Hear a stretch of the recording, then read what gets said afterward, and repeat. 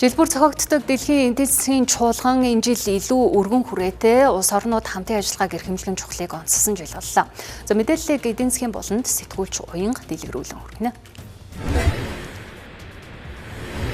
Дэлхийн эдийн засгийн чуулган уулзалтаар бол Америкийн улсын ерөнхийлөгч Дональд Трампын санаачилсан энхийн зөвлөлтөй холбоотой асуудал бол олон нийтийн анхаарлыг татлаа. Мөн Америкийн улсын хувьд бол сүүлийн 2-3 жилийн хугацаанд яг энэ дэлхийн эдийн засгийн чуулган уулзалтад бол ерөнхийлөгчийн түвшинд оролцоогүй байсан. За ингээд ерөнхийлөгч нэрж оролцсноороо энэ удаагийн Давосын эдийн засгийн чуулган уулзалт нэг өдөрт эсвэл 1-7 хоногт дэлхийн бүх мөнгө нэг дор цугладаг гэж үздэг байсан бол энэ жилийн хувьд дэлхийн мөнгнөөс гадна бас бүх эрх мэдэл нэг дор цугларсан ийм чуулга уулзалт боллоо гэж дүгнж байгаа юм. Америкийн улсын ерөнхийлөгч Дональд Трамп өөрийн санаачилсан энхийн зөвлөлийг ёсчлон баталж Монгол улс үүсгэн байгуулагч гишүүдийн нэг болсон юм а.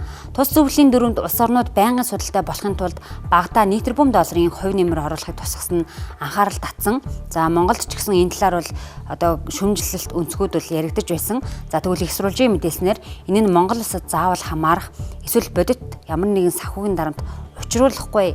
Энэ гэрээнд нэгдснээр Монгол улсын хувьд ямар нэгэн үүрэг хариуцлага хүлээхгүй гэж засгийн газраас бол мэдээлсэн юм а. Улс орон бүр тулгарч байгаа богино хугацааны эрсдлүүд нь юу байна вэ гэдгийг дэлхийн эдийн засгийн чуулганаар бол авч хэлцдэг. За Монгол улсын хувьд бол ойрын 2 жилийн хугацаанд яг энэ инфляцтай холбоотой эрсдэл бол хамгийн гол эрсдэл байна гэж авч үзсэн юм а. Дэлхийн эдийн засгийн хувьд бол докторгүй ойлгомжгүй байгаа энэ цаг үед Монгол улсад төдийгүй дэлхийн нийтээр ч гэсэн яг энэ мөнгөний хатуу бодлого үргэлжлэх төлөв ажиллагдлаа. Ер нь төв банкуд бол хөрөнгө оруулагчид бол болгоомжтой хандж байна. За бодлогын хүүгээс гэсэн тийм хайран буулгах төлөвгүй байна.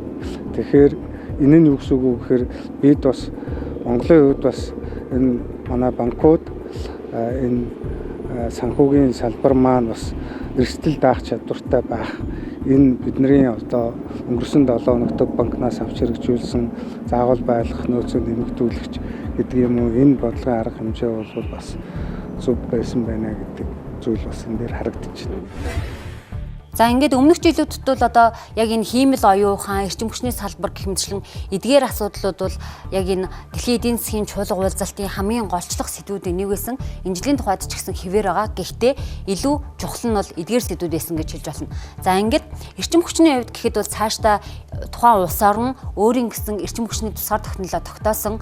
За аль болох импортын эрчим хүч авдаггүй байх. За аль болох экспортын эрчим хүчтэй байх нөхцөлд бол илүү анхаарах нь чухлаа гэдгийг бас энэ удаагийн уулзалтаас бол маш олон орны төрийн тэргүүн болоод бизнес эрхлэгчдийн зүгээс бол онцлог хэлж байсан.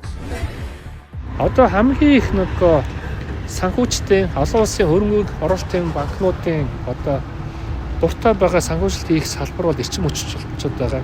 Зэс болчиход байна. Тэгээ ганцхан power element-ууд чухал ашиг мартгалууд бол хамгийн чухал болчиход байна. Хиймэл оюун ухааны хувьд бол дэлхийн хөгжингүй орнууд бол илүү их тулгамдсан асуудлуудаа гэж авч үзэж ярилцаж хэлцэж байсан. За хиймэл оюун ухааныг илүү амьдралд хүний амьдралын чанарыг сайжруулах чиглэлд анхааран авч хэлцэх зүйтэй гэдэг дээр бол санал нэгдэж байсан. За Монгол улсын хувьд ч гэсэндээ хиймэл оюун ухааны чиглэлээр бол эх жилээс жишээлх юм бол эх хичээлийн жилээс бас хиймэл оюун ухааны хичээлийг ерхий боловсролын сургуулиудад бол бага ангид нь зааж хичээлд нь яг энэ сургалтын агуулгад нь оруулах чиглэлд анхааран ажиллаж байгаа гэх мэтчлэн эдгээр сайн мэдээллүүд бас гарч ирсэн юм. Дэлхийн эдийн засгийн чуулга уулзалт болсон Швейцарын Давос хот. За Швейцар улстай ер нь манайх гадаад худалдааны хувьд ямар байдаг юм бэ гэдэг мэдээллийг та бүхэнд хүрэхээр бэлтгэсэн. Монгол улс дэлхийн 165 улстай гадаад худалдаа хийснээс Швейцар улстай 2025 онд гэхэд боловсруулаагүй буюу хагас боловсруулсан алт экспортлсон дөнгө нь харвал 9.4 тонн алт экспортлжээ. Ингээд алтаа бид зөвхөн экспортлоо зогсохгүй илүү нэмэн өртөг шингэсэн тухайлбал хөдөө орон нутгийн хөгжлийг дэмжих зорилттой ийм боловсруулах залтыг экспортлох ажлууд хийгдэж байна. Тухайлбал 2-3 жилийн дараа Швейцарын үнэтэй цаг эдний үнэт эдлэлүүдэд манай Монголын алт ингээд бүтээгдэхүүн болж орохоор үндсэндээ тохиролцоод бэлтгэл ажил хийгдэж байна. Дэлхийн эдийн засгийн чуулга уулзалтаарч тэр яг энэ дэлхийн эдийн засгийн чуулга уулзалт болсон Швейцарын Давос хотод бас уур амьсгалыг нь мэдэрч хүмүүсийн компаниудын захирлуудын хөрөнгө оруулагчдын хэлж байгаа ишлэлүүдээс анхааран сонсоход бол ерөөсөө боловсролын салбартаа хүнээ хөгжүүлэхэд илүү их анхаарч цаашдаа ч гэсэн хүний одоо хэдийгээр хиймэл оюухан илүү дэлгэрч байгаа ч гэсэн хүний чадварыг ур чадварыг дэвшлүүлэхэд илүү их анхаарах нь чухлаа гэдгийг бас маш олон орны удирдагчид, компани захирлууд бол онцлон хэлж байсан юм.